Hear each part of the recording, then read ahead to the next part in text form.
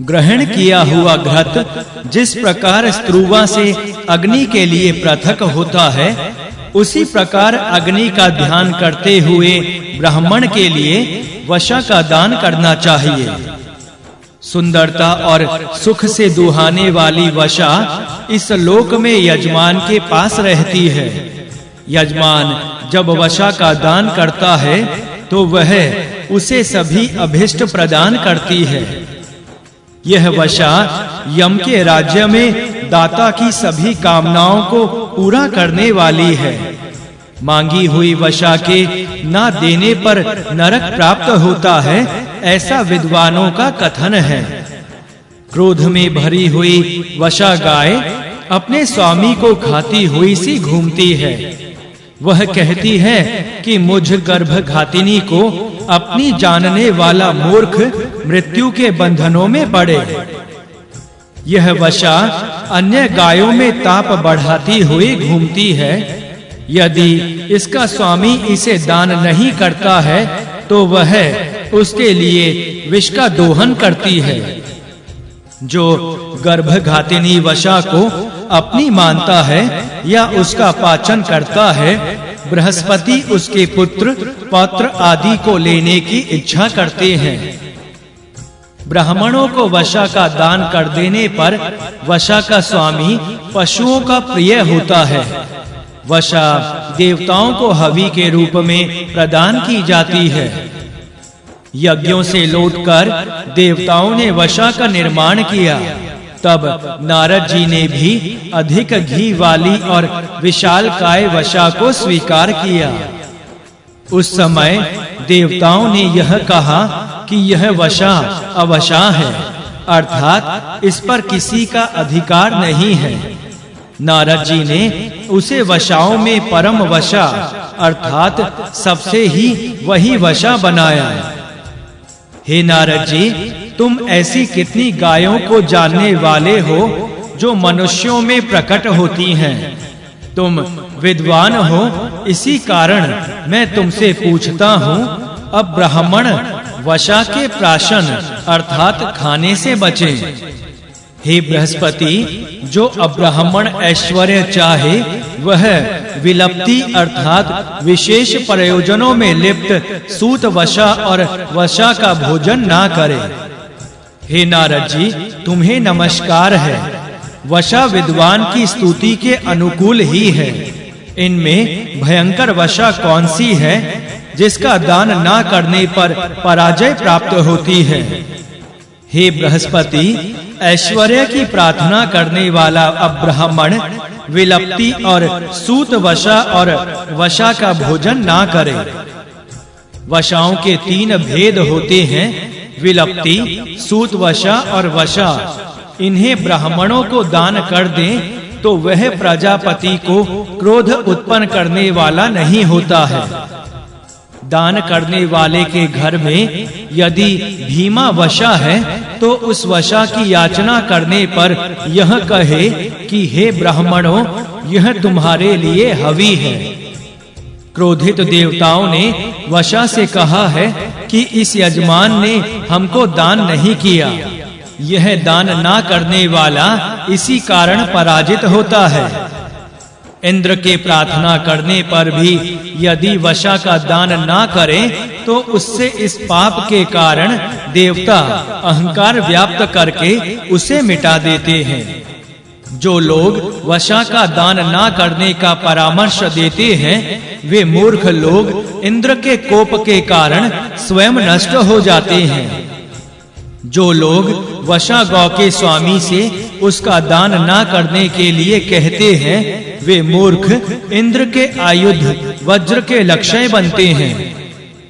हूत अर्थात दान में दी गई या अहूत अर्थात दान में ना दी गई वशा का पालन करने वाला देवता और ब्राह्मणों का अपमान करने वाला होता है।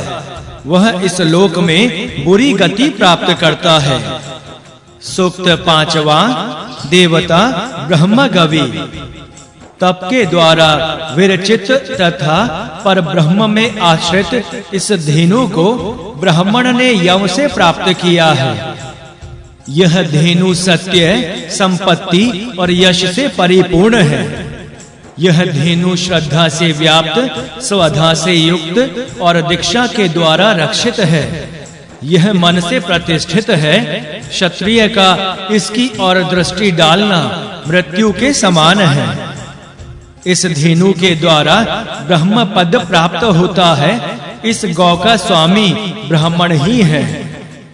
जो क्षत्रिय ब्राह्मण की इस प्रकार की गौ का अपहरण करता है और ब्राह्मण को दुखी करता है, उसकी लक्ष्मी, शक्ति और प्रिय वाणी पलायन कर जाती है। सूक्त छठा, देवता ब्रह्म गवि।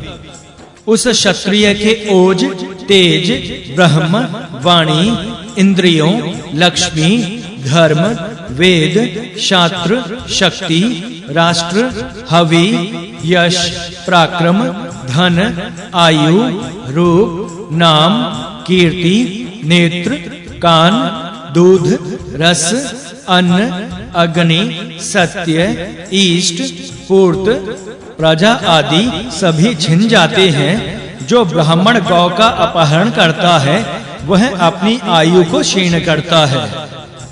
सूक्त सातवां, देवता ब्रह्म गवि। ब्राह्मण की यह धेनु विराजमान होती है। कुल बज पाप से ढके हुए, हिंसा करने वाले विष से युक्त हुई यह धेनु कृतया के समान हो जाती है।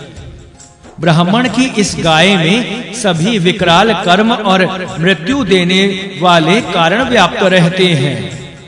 ब्राह्मण की इस गाय में सभी प्रकार के कूट कर्म तथा पुरुषों के सब प्रकार के वध व्याप्त रहते हैं। ब्राह्मण से छीनी हुई इस प्रकार की यह गाय ब्राह्मणत्व को अपमानित करने वाले मनुष्य को मृत्यु के बंधन में बांध देती है। जो मनुष्य ब्राह्मण की आयु क्षीण करता है, उसको क्षीण करने वाली यह गौ सैकड़ों प्रकार के संहारक अस्त्रों के समान बन जाती है। इसलिए ब्राह्मण की धेनु को विद्वान पुरुष सैकड़ों का वध करने वाली के रूप में जाने। ब्राह्मण की गाय वज्र के समान दौड़ती है तथा अग्नि के समान ऊपर उठती है। खुरों का शब्द करती हुई ब्राह्मण की गाय महादेव के आयुध के रूप में बन जाती है।